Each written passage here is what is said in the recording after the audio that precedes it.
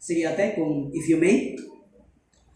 Ang mensahe po ang pinaka-last po na mensahe sa taong ito is padayon. Yeah. This is a Visayan term, means patuloy.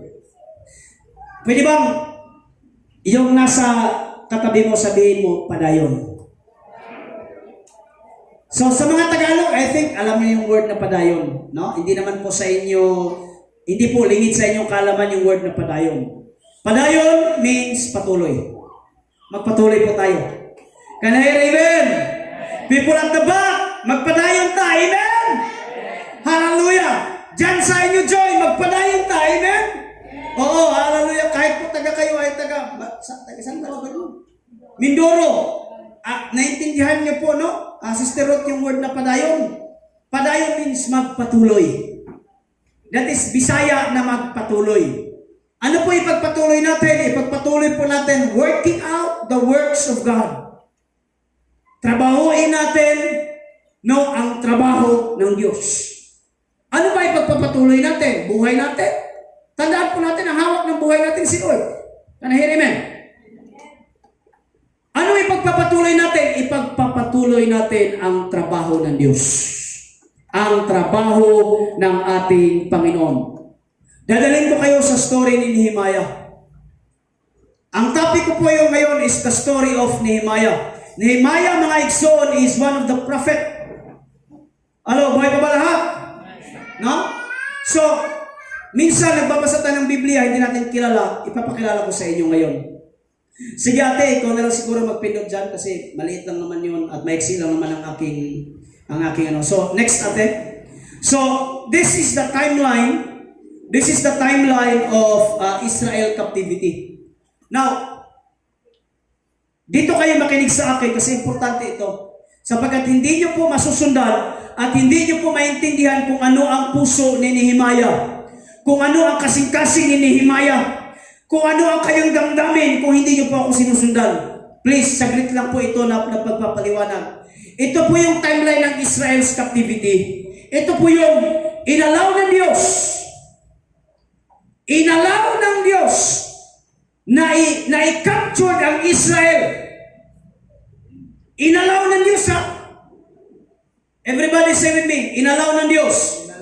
At least klaro ito sa inyo, ha? Klaro ito sa inyo. Kasi mga igsoon, inalaw ng Diyos na makapture ang Israel ng kalaban. Because many times, gustong i-capture ng iba't ibang surrounded nation ang Israel. Hindi nila makapture, hindi nila masira-sira. But in the moment of history in Israel, na-captured ng kalaban, hallelujah, na-destroy ng kalaban ng Israel. Why? The presence of God is tinanggal na ng Diyos. Basta bakit tinanggal ng Diyos? Ulitin ko ha, nung tinanggal ng Diyos ang kanyang presensya, doon inatake ng kaaway at inalaw ito ng Diyos. So pastor, bakit inalaw? Because kahit nandun ang templo ni Haring Solomon na pinangarap ni David. Okay, sino ang anak ni David? Sino? Solomon. Si David ang nangarap na mapatayo ang templo, si Solomon ang nagpatayo. Napakaganda ng templo. Pure gold, no marmol, etc. Alam niyo, bago ko po kayo dalhin sa timeline, makinig kayo ha. Klaro ang sinabi ng Diyos. Anong sabi ng Diyos kay Solomon? Nung inoffer ni Solomon ang templo, anong sabi ng Panginoon? Nangangako ako dahil sa papa mo na si David, na kapag ikaw, sabi ng Diyos kay Solomon, kapag ikaw ay tapat sa pangako at kapag ikaw ay walang ibang Diyos-Diyosan maliban sa akin, hallelujah, tutuparin ko ang pangako ko kay David na yung ama. Amen. Pero anong kabila nun? Pero kapag sinuway mo, meron kang ibang Diyos-Diyosan maliban sa akin, hindi ako maghihinayang na ang templong ito ay wasakin. Can I hear amen? Pero ang nangyari, pagkamatay ni Solomon, kahit nga po si Solomon, dahil marami siyang asawa, yung kanyang asawa, mga asawa, may sariling Diyos. Kanahin, amen? So, hindi na po siya sumamba sa tunay na Diyos. Hallelujah. Marami na siyang Diyos-Diyosan. At ang mga lahi, sumunod na mga anak na hari ni Solomon ay sumamba sa mga Diyos-Diyosan. Kaya, anong ginawa? Inalaw ng Diyos. Hallelujah. Na sila ay hulihin. Kanahin, amen? Kanahin, amen? So, klaro po sa inyo? Klaro? Hindi lang po ito preaching, kundi ito po ay semi-Bible study. Para maintindihan po ninyo. Now, in 597 BC, before Christ, bago ipinanganak si Jesus Christ, 500 years bago pinanganak si Jesus Christ, ito ang nangyari. Babylon, na-captured nila ang Israel, led by Haring Nebuchadnezzar. So, hinuli nila ngayon yung dinestroy, pati yung templo. Biruin mo yan. Napakagandang templo. Dinestroy, inalaw ng Diyos na masira ang templo. At kinaptured ang mga Israelites. Dinala sa Babylon. Kasama doon si Daniel. Sino kasama pa doon? Si Meshach, Shadrach, at Abednego. Hinuli. Now, 47 years sila sa Babylon. By the way, Pastor, saan yung Babylon ngayon? Modern Iraq. Okay? Yung modern Iraq ngayon, yan po yung Babylon that time. Okay? 540 BC, itong Persia, led by Cyrus the Great. Okay? Kinaptured nila, hindi ang Israel, kinaptured nila ang Babylon. So, inatake ng Persia ang Babylon. Therefore, lahat po ng mga Israelite kinuha ni King Cyrus at binaba sa Persia. Kuha nyo? Nakukuha nyo? Nakukuha nyo? So, Persia captured Babylon led by Cyrus the Great. All 540 BC. Nandun ba? Meron ba dyan? Okay. And then, 538 BC, King Cyrus permitted some Israelites to build the temple of Israel. By the way, nung panahon sila sa Babylon, ito mga Israelites, di ba, biglang sumikat this year lang yung in the rivers of Babylon, when we sat down. Di ba, ginagawang kabastusan nyo sa TikTok, pero biblical yon. Kasi mga Israel yun, na sila ay tumutungtong doon sa river of Babylon, tumitingin kung nasaan ang direksyon ng templo. Na ang mga Israelite nangarap na one day, ibabalik sila ng Diyos doon sa kanilang lupang pangako. Kanahin, amen. Even Daniel, when he prayed, kung nasaan yung direksyon ng Israel, doon siya nagpipray because he is longing na makabalik one day sa Israel. Kanahin, amen. So, si King Cyrus permitted some Israelites to build the temple. Kasi nga po, nung nasila sa Persia na, King Cyrus inacknowledge ang Diyos ng Israel. Walang iba kundi ang ating Panginoon, Yahweh Elohim Adonai. Amen? Kanahin, amen? So nakita, sabi ni Ezra, mahal na hari, payagan niyo na po kami na makabalik kami sa aming lupang pangako. Sirang-sira na ang templo doon. King Cyrus permitted the Israelites, 50,000 na mga Israelites led by Zerubbabel. So ibig sabihin, sa panahon ni Ezra, inalaw ni King Cyrus the Great na makabalik ang 50,000 na Israelites kasama si Zerubbabel. Anong purpose? Lakasan nyo naman. Ano ang purpose? To build the temple. Kaya nung pagbalik nila mga Igsoon sa Israel, grabe ang iyakan. Kasi nakita nila ang Israel, ang templo, sirang-sira. That's why they build the temple. Kanahin, amen mga Igsoon? And the next 515 BC in Israel, kasi patay na si Cyrus. Sino sumunod? Si Darius. The temple completed. 20 years ginawa ang templo bago natapos. 460 BC, Ezra, Prophet Ezra, went to Israel. Anong ginawa? Okay? For religious reform. Kasi ang mga Hudyo that time, because matagal na nga pong nasira ang templo, hindi na nila alam kung paano mag-offer. Hindi na nila alam kung paano mag-worship. Ano ba ang susundin? Therefore, pumunta si Ezra doon. Ano ginawa ni Ezra? Para sabihin ang tamang pag-sacrifice, ang tamang pag-offering, ang tamang pagsamba, in short, religious reform. Can I hear amen? 445 BC, Nehemiah's wall. 15 years without a wall. So, ito ang nangyari ngayon. Nalaman ni Nehemiah na 15 years na pala na walang wall ang temple. Kasi nga po, sa Israel, ang temple ay nasa gitna, napapaligiran ito ng wall. Can I hear amen? Nalaman ni Nehemiah na wala na palang wall, sira na pala, giba na pala ang wall, 15 years na ang nakakalipas. So nakuha niyo na ang timeline mga iksohan? Parang pinagpawisan ako dito na wala nag-amen ha. Amen? Okay. Now, Nehemiah's heart and desire. Number 1. Nehemiah's heart and desire. Ano pong nangyari mga iksoon? Okay. Ito, Nehemiah chapter 1, 3-4. They said to me, sabi ni Nehemiah, nagtanong si Nehemiah, kumusta ang Israel ngayon? By the way, si Prophet Nehemiah ay nandun pa sa salamat ko yan, no? Si Prophet Nehemiah ay nandun pa sa Persia. Sige na kaya, okay na, thank you. Si Prophet Nehemiah ay nandun pa sa Persia. Nung bumalik yung ibang Israelites, tinanong, kumusta ang Israel? Alam mo ang nangyari? Sabi na nag-report sa kanya, look at the report. Things are not going well for those who had returned to the province of Judah. They are in great trouble and disgrace. The wall of Jerusalem has been turned down. Grabe no? Ito yung report na nakarating kay Nehemiah.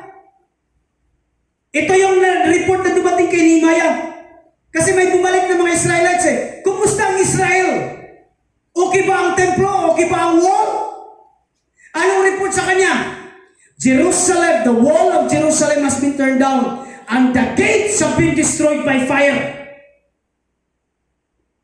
When I heard this, sabi ni Nehemiah, I sat down and wept. Umiyak si Nehemiah. In fact, for days I mourned, fasted, and prayed for the God of heaven.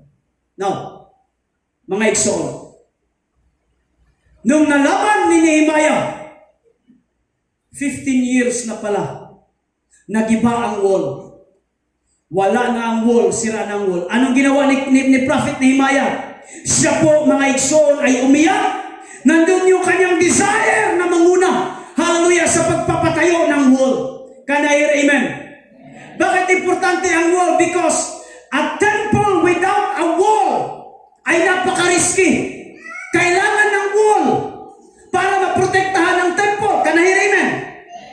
Because that time, kahit gaano kaganda ng templo mo, kung wala pong wall, talagang pwede kang atakihin ito ng kaaway. Amen?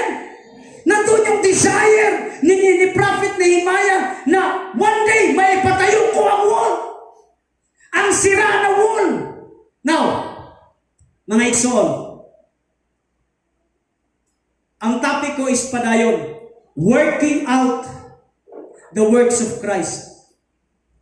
The first step, unang step, para may pagpapatuloy natin ang gawa ni Kristo. Number 1, may puso ba kayo sa gawain? Basic! That's why our song kanina, God, when we worship God, it's not about the song, it's about your heart. Can I hear amen? Look at the song. Yung kanta natin kanina, I'm coming back to the heart of worship.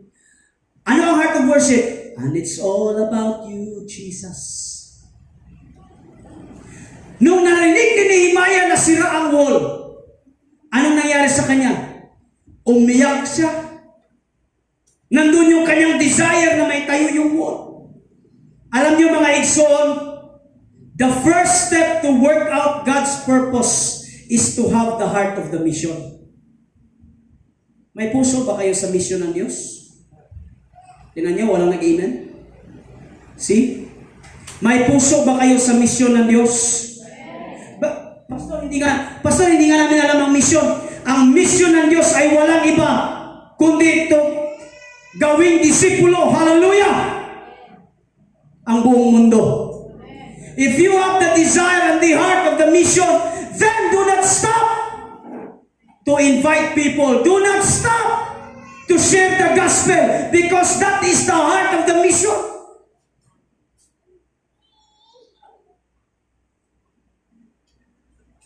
Can I hear amen?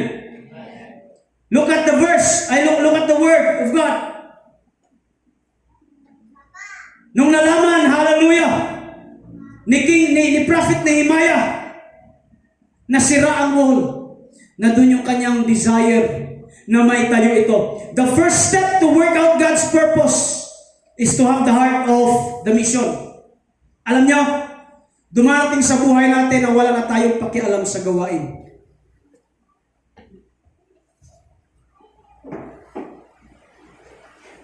Ayaw kong magsalita ng baka sabihin si pastor nangingwenta. Wala po. If you feel nakita niyo ang gawain na may pagkukulang, magkaroon ka ng heart at punan mo yung pagkukulang na yan. Amen? Parang mahinang amen. Amen? Example, nakita mo, bakit sira-sira na lang yung microphone? Hindi, I will give you an example ba? Bakit sira-sira na yung microphone? Kung buhay si Nehemiah dito, umiiyak si Prophet Nehemiah at sasabihin niya, one day, makatapang ko diyan sa bulwaton sa Ginoo. Amen.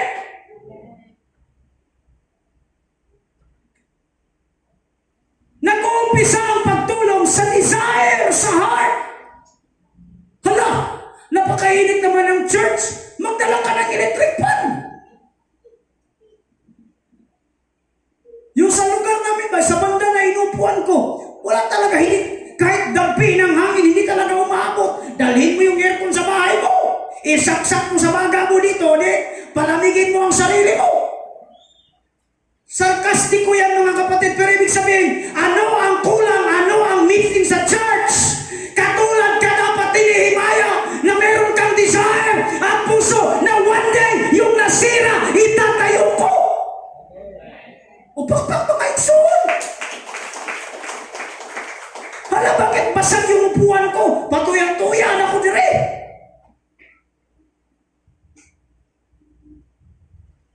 Can I hear amen? Nandun yun eh. Nandun yung desire dapat. Nandun yung heart.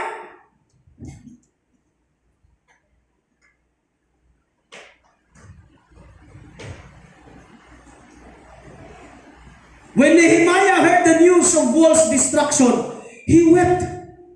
Alam niyo,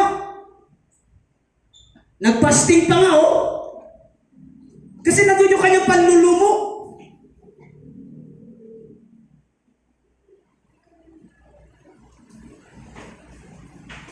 Huwag kayong mag-compromise mga kapatid na sitting pretty lang kayo.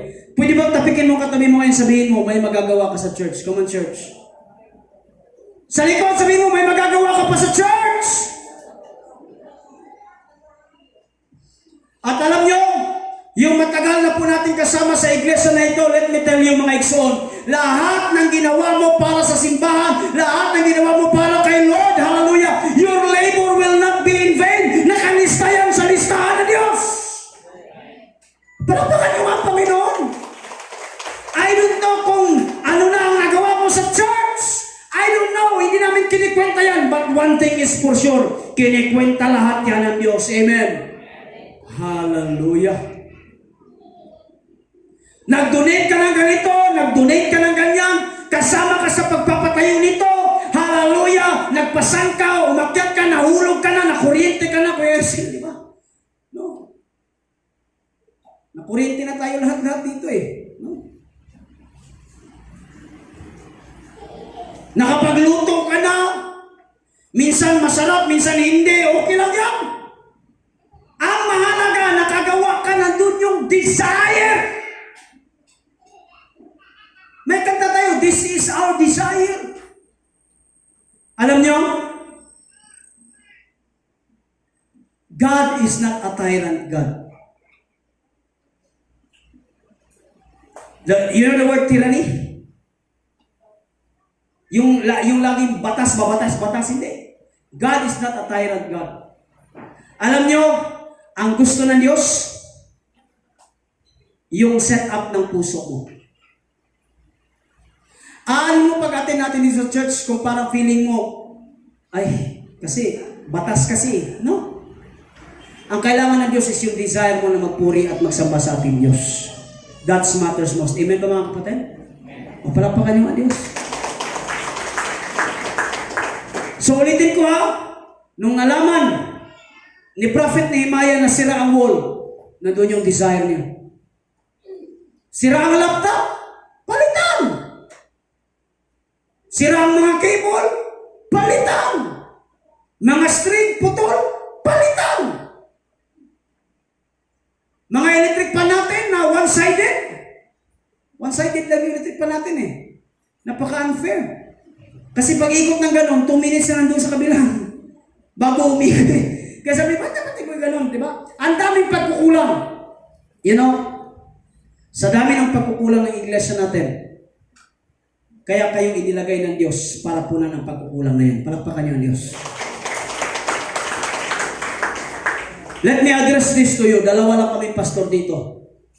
May mga dumating na pastor, kami lang natira. Oo. Palibasa din kasi, anak ako eh. No, I mean, anak ako eh. Pero mga igsoon, let me tell you. Kami mga pastor. Ito, altar ito ng Diyos. We admit na may mga kahinaan kami. Na may mga decision kami na mga failure. We admit that. We admit that.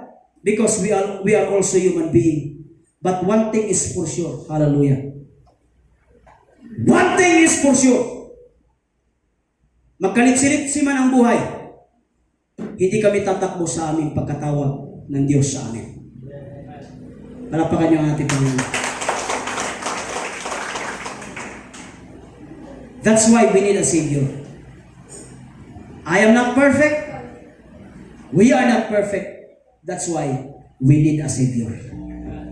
Amen. Next. Ang sabi ng Panginoon, ang sabi ng Acts, nawala na.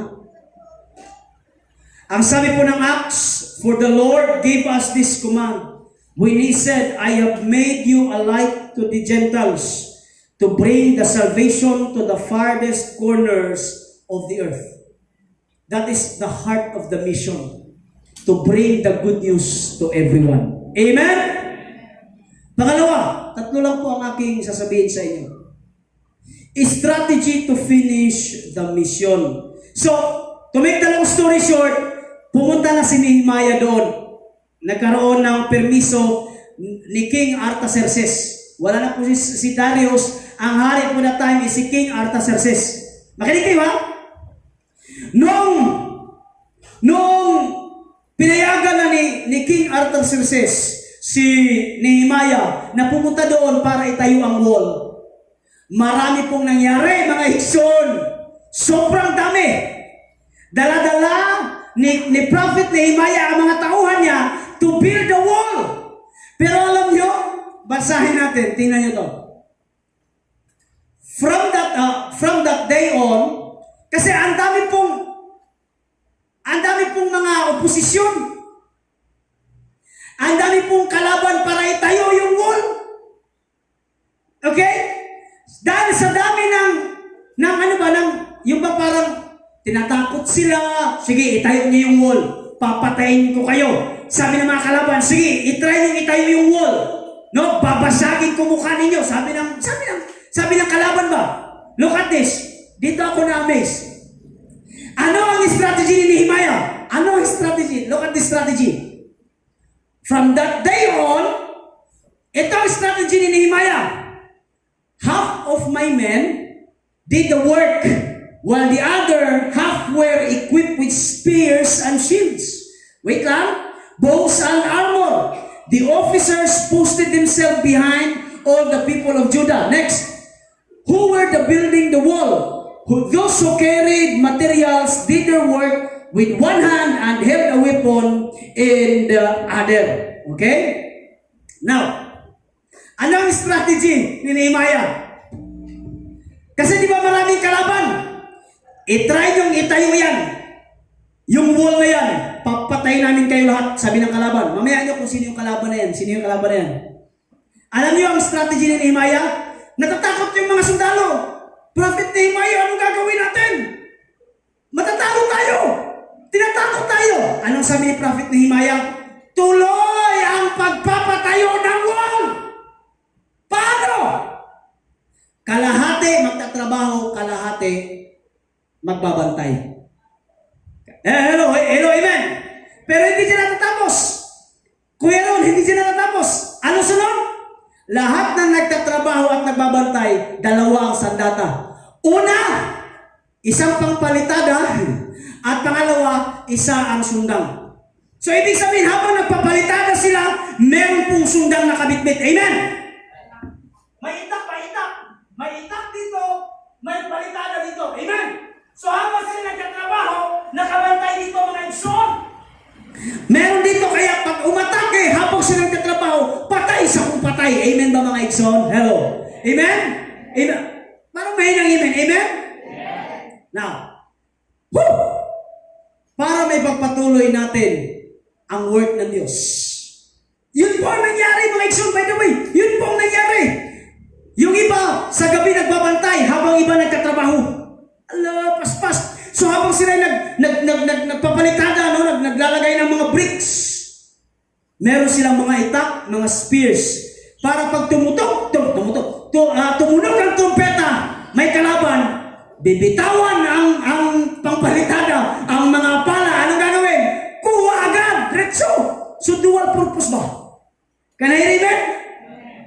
Parang may amen, amen? Now, and each of the builders wore his sword at his side as he worked, but the man who sounded the trumpet stayed with me. Now, you need to understand that your profession is not a hinder for God's mission. Papaliwanag ko ha? Conversely, God does not command us to stop our profession just to finish the mission. Pastor, ipaliwanag mo. Marami sa atin gustong huminto. Hallelujah. Makinig kayo ha? Unahin mo natin to. You need to understand that your profession is not a hinder for God's mission. Marami sa atin, nung nagkatrabaho na-stop ang mission. Nung nagkanegosyo na-stop ang mission. Anong sabi? Your profession is not hinder for God's mission. Ibig sabihin mga igsoon, hallelujah, kapag binigyan ka ng trabaho ng Diyos, profession, hindi po dyan nahihinto ang pag-share ng God's mission. Can I hear amen? Palakpakan niyo ang Diyos. Tanong, nahinto ba ang pagtatrabaho sa wall dahil may kalaban? Hindi. Ano gamit nila? Palitada sa kanan, itak sa kaliwa. In short, gumagawa sila sa kanilang profession, which is pagbibuild ng temple, mga igsoon. At the same time, nagbabantay sila, hallelujah, sa parating na kalaban. Anong mensahe? Very simple. Very simple. Hindi po hadlang ang inyong profession para hindi nyo po masabi ang God's mission. Parang mahinang-inig ba? That's why, you know what? One thing is for sure. Ginagamit minsan ng kaaway ang ating mga trabaho para ma-stop ka sa pag-share ng gospel. Mga young professional, nakinig kayo ha. Ang mga teens kasi nahahawakan ko pa sa leg eh. Ang mga teens kasi ay ano pa yan eh. Pausbong pa lang ang sungay at saka buntot eh, kaya napuputol pa eh, no? Ang mga young pro ano na eh.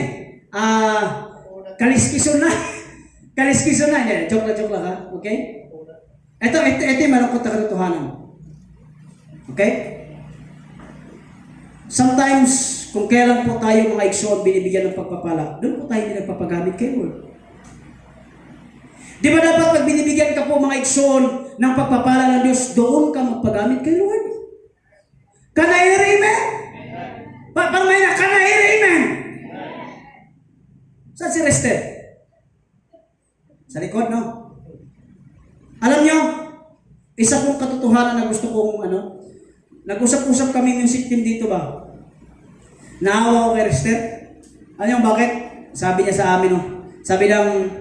Sabi ng mga bukal itong mga bulinggit ba? Sigwi ko lang. Pastor, pag ako nagkatrabaho, bibili ako ng mikropono. Tandalaw na ako. Praise the Lord. Hallelujah. Praise the Lord. Hallelujah. Sabi ni Doy, Pastor, pag ako nakagraduate, Pastor, sure na yan. Sabihin mo lang, Pastor, akin na ang base. Praise the Lord. So, alam nyo na ngayon kung alam nyo na ngayon ang direksyon. Okay, alam nyo na ang direksyon, di ba? Sila, yung gitarista, di ba? Kaya kinakabahan si Nathan at saka si Rester eh. Kaya nga siguro nag-usap yung dalawa, si Nathan at saka si Rester. Hati na lang siguro tayo sa drums. Sa'yo yung cymbal, sa akin yung Pero maganda na nandun na yung pag-uusap nila. Hallelujah, nandun na yung kanilang, sige, one day mga igsoon, one day pastor. One day pastor. Pero duda ako eh. Alam niyo kung bakit? Battery na nga lang, hindi pa mabili-bili eh. Pero sige, okay lang, pagbigyan natin mga igsoon. Pero nandun yung kanilang desire, mga igsoon, di ba? Na kapag pinagpapala ka ng Diyos, hallelujah, hindi tumitigil ang ating pagmimisyon. Amen? Palagpakan yung ang Diyos. Ganon ba? Ganon. Kaya Doy, maniwala talaga ako sa Doy, kung nabilhan mo ng kahit isang string lang Doy. Mag-umpisa ka muna sa isang string. Pag nabili mo yung isang string, tapos biglang magsasabi, Pastor, wala po nabibiling tingi-tingi eh. Kailangan po talaga pangkalahatan eh. So, conversely, dito naman, pangalawa, God does not command us. God does not command us to stop our profession just to finish the mission.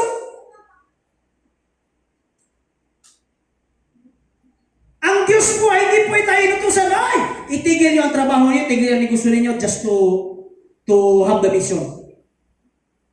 Mali kasi yun eh.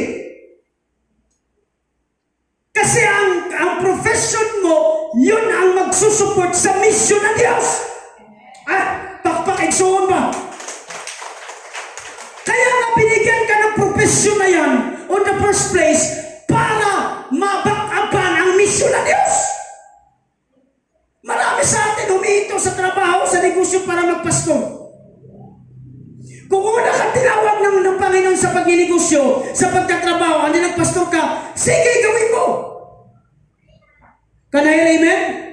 Tapos sasabihin ka, you cannot serve two masters. Sabihin mo yun kay Pablo. Si Pablo nagninegosyo habang ginagawa yung apostolic mission. Amen? Paano ka?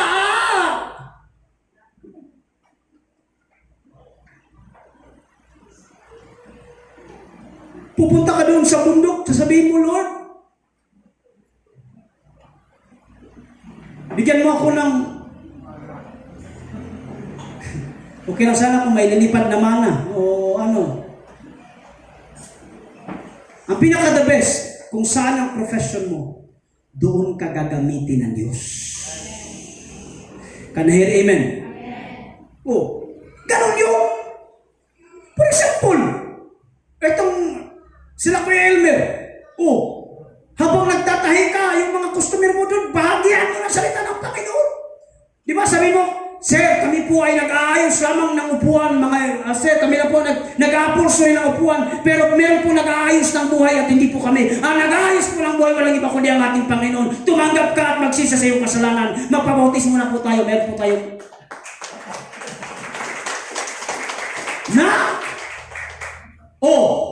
Saro, hindi ka makakita doon, maglagay ka ng tarpaulin doon, Kuya Elmer. Sabihin mo doon, mga Kuya Elmer, no?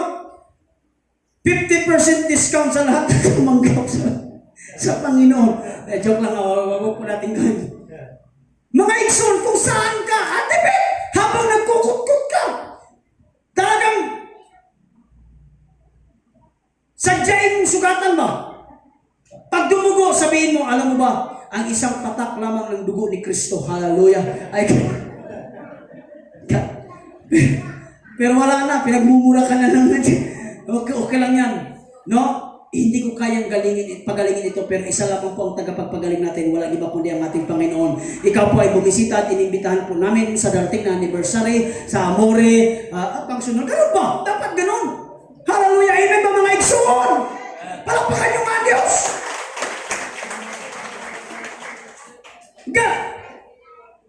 Hindi mo na kailangan pa na mag-quit sa iyong trabaho o sa iyong negosyo. Maliban kung tinawag ka talaga ng Panginoon, ha? Maliban kung tinawag ka, again, case to case. Pero majority, kung saan ka dinagay ng Diyos, hallelujah, doon ka tatawagin ng Panginoon. Hello, amen? Buhay pa ba lahat? Okay, magtatapos na ako. Ulitin ko, ha? God does not command us to stop our profession just to finish the mission. Alam nyo, sumubok po ako. Sumubok ako. Nung bago ako dumating dito sa Zion, ako po ay pastor at the same time, nagtitinda po ng life insurance sa ProLife UK. Okay? Alam nyo, iniwan ko lang yung ProLife UK kasi nga, nakikita ko na every time na nakikipag-meet up ako doon sa mga kaibigan, kakilala, imbis na gospel yung isi-share ko. Ang isi-share ko yung mga policy, yung product ng ProLife. Okay, pag kinuha mo to, merong educational plan, may ganitong plan. Pag namatay ka, may ganito ganyan. Grabe, pastor. Buhay pa ako, pinapatay mo na agad ako. Ganun talaga. Makukuha mo lang, makiklaim mo lang. Something ganun ba? So, nangyari po yan. Mga igsoon, nangyari po yan. Sabi ko, parang iba na to. So, to make the long story short, I quit. At nag-focus na po ako sa pagpapastor. In short, hindi ko po kaya ang dalawa. Pero kung kayo po kaya ninyo, go ahead.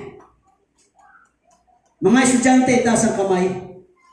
Estudyante, taas kamay. Estudyante, taas kamay. Hindi, teacher ka eh. Estudyante, taas kamay. Kayo ang gagamitin ng Diyos para mag-invite ng mga tao papunta sa Diyos. Can I hear amen? O pakpak mga igsoon. Problema sa ato sa atin? Bakit nga ba pagdating sa mga birthday ng inyong mga kaibigan, ang bilis ninyo, basta kaon yun lagi ba? Basta kaon. Pero pagdating sa atin sa church, ayaw nyo pumunta. Hello, amen? Next. In God's mission, eto na tayo ngayon. Expect opposition. Kayo nga magbasa, 1, 2, 3, go! Okay. Dito ako magtatapos. Malapit ako magtapos. When Sanballat, eto na yung tao, tatlo sila. Tatlong oposisyon. Sino siya, pastor?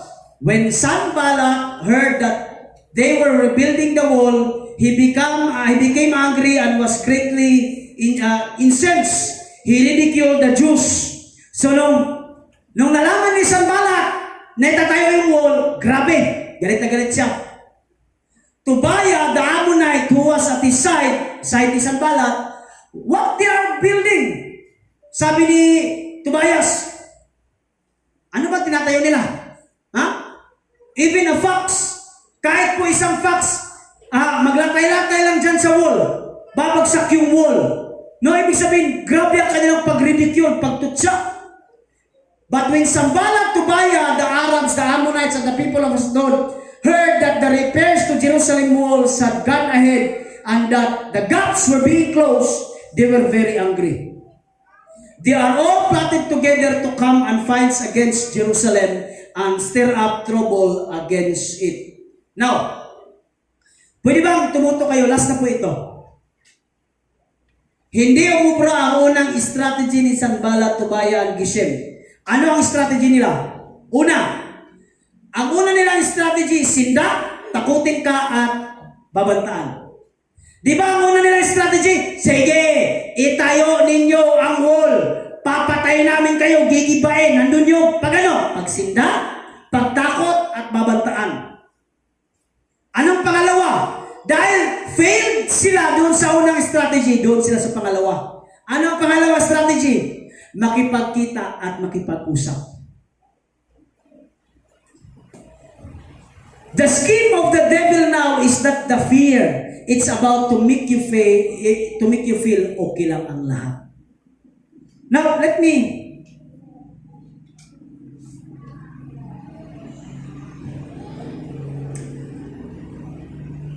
sa chapter 4, tinatakot si Nehemiah. Sige, itayo mo ang wall, papatayin ka namin. In chapter 6, tingnan nyo kung paano ginawa ni Sanballat. Ito chapter 6, oh.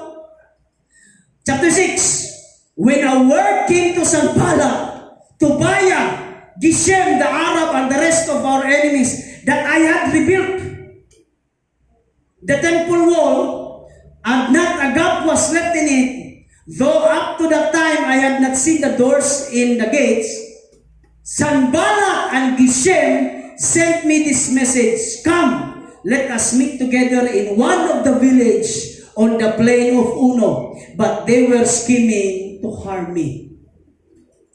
Anong una ang strategy? Sindakin ka. Nung hindi ka nagpasindak, anong ginawa? Oy, tara, usap tayo. Kapatid, halika, usap tayo. May pag-uusapan tayo. Mga Ikson, hallelujah, huwag po kayong magpapadaig sa yawa. Ang yawa, yun na. Amen ba mga Ikson? Kung hindi ka nadadala, hallelujah, sa sindak-sindak, minsan nadadala tayo, hallelujah, sa halika. Halika, sama ka. Halika, usap tayo, kaibigan. Kaibigan, usap tayo. No? Sabot-sabot lang. Ha? Pag-usapan natin. Mga kapatid, ang strategy ng kaaway ngayon, hindi na po yung tatakutin ka. Ang strategy ng kaaway ngayon, ma-feel mo na okay ang lahat. Pastor, masama ba ang okay ang lahat? Hindi naman. Ang ibig kong sabihin, to exercise your faith, kailangan ng problems. Para mahinang amen. To exercise your faith, kailangan mo ng trials. Pag merong trials sa buhay, doon nag-a-activate ang faith. Can I hear amen? Ay, parang mahina. Amen! Hindi niyo ba napapansin kung kailan kayo may sakit? Hallelujah! Doon kayo parang gustong tumawag sa Diyos. Yung feeling malayo kayo. Gusto niyong tawagin ang Diyos. Because on that trials and testing, doon lumalakas ang ating pananampalataya. Amen? Can I hear amen? Kaya huwag kayong magkompromiso doon. Halika, kaibigan, usap tayo. Wag! Do not compromise. Can I hear amen? Hallelujah. Mga Ikson, Pastor, gikapoy ako. Pastor, para wala namang nakikinig sa akin. Pastor, parang hindi naman na-acknowledge ang mga gawa namin. Pastor, parang ako na lang ang gumagawa sa mission. Ayaw sumama ng iba. Pastor, parang ako lang nag-iisa, Pastor, sa pagbabahagi ng salita ng Panginoon. This is the word of God para sa inyo, mga Ikson. When all our enemies heard about this, Nehemiah 6:16, all the surrounding nations were afraid and lost their self-confidence because they realized that this work had been done with the help of our God. Sa panahon na kayo ay nanghihina, feeling ninyo wala kayong makasama sa pagmimisyon, at feeling ninyo parang kayo-kayo lang. Remember, kasama niyo ang Diyos. Pwede bang tapikin mo katabi mo, sabihin mo, katulong mo ang Diyos. Sa likod, sabihin mo, katulong mo ang Diyos. Alam nyo, I love the word of Zerubbabel. Sabi ni Zerubbabel in Ezra, kasi si Zerubbabel siya yung magpapatayo ng temple, hindi wall ha. Anong sabi ng mga tao? Imposible natin matayo ang temple. Alam mo sabi ni Zerubbabel? Then he said to me, this is what the Lord says to Zerubbabel. It is not by force, nor by strength, but my spirit, says the Lords of heaven's armies. Matatayo mo ang templo, not by might, not by power, but by the Spirit of God. Amen? Nothing, not even a mighty mountain, will stand in Zerubbabel's way. It will become a level plain before him. And when Zerubbabel sets the final stone of the temple in place, the people will shout, may God bless it, may God bless it. Dito ako magtatapos, mga igsoon. As we face 17 years of our church anniversaries, maraming pag-atake ang kaaway. Can I hear amen? Maraming umalis. Magpakatotoo ako. Maraming umalis, maraming nanghina. But glory to God, marami ding bumabalik. Ay, parang mahina ang amen ah. Heart to heart ako dito. In God's mission, maraming opposition.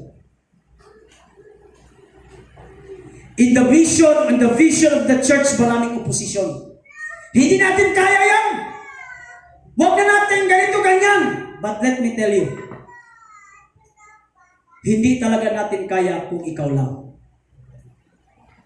But when God says so, it will come to pass. Why?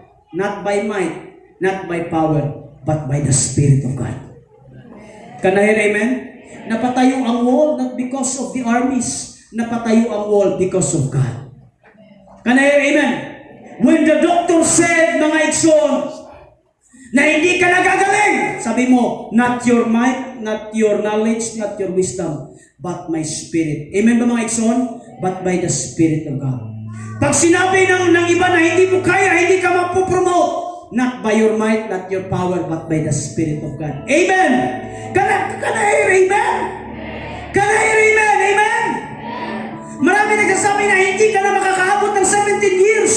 Marami pong mga churches, marami pong mga pastors na nagsasabi na ang Zion ay hindi makakaabot ng maraming taon. But hey! The word of the Lord, pinanghawakan ng ating pastor. It's not my might, it's not by power, it's by the Spirit of God. Amen. Marami ng mga assistant pastor na pumunta, hallelujah, hindi ko na mabilang, ako lang ang nagtagal sapagkat ako ay anak. Praise the Lord, hallelujah. No? Palakpakan nyo nga Diyos. Kasi kung hindi maminaw, bukdukman, alam man yun, no? Kaya kung medyo mutipas, apirkaton man, no? Hallelujah. Pero one thing is for sure, ang dami ng mga assistant pastor, kayo matagal na dito, saksi kayo ni Yuba. Saksi ng Diyos ba? Na maraming gustong sirain, hallelujah, ang gawain ng Zion. Pero praise the Lord, bago pumasok ang 17 years, may bumalik, may bago, at may nanatili. Woo! Hallelujah. Amen. Marami ng luha, marami ng pawis, marami ng luga, marami ng iyak na tumulong sa atin mga igsoon. because this church has built, hallelujah, not by the effort of the pastors or the members. This church has been built by the blood of Jesus Christ. Therefore, it cannot be shaken. Can I hear amen? Ipagpapatuloy natin ang mission. From the bottom of my heart, masaya ako sa nakikita ko ngayon na one day,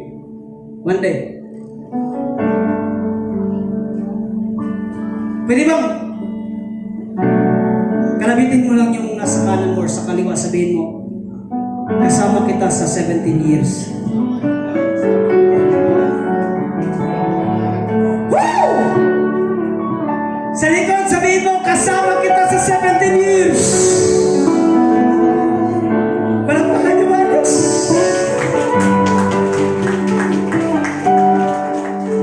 Oh, glory to God. Tayo yung ako. Lord, thank you for your faithfulness. Thank you for your goodness and mercy. Nakaabot kami, O Diyos, ng 16 na taon. Next week, papasok kami sa panibagong taon. Thank you for all the troubles. Thank you, God, for all the sufferings.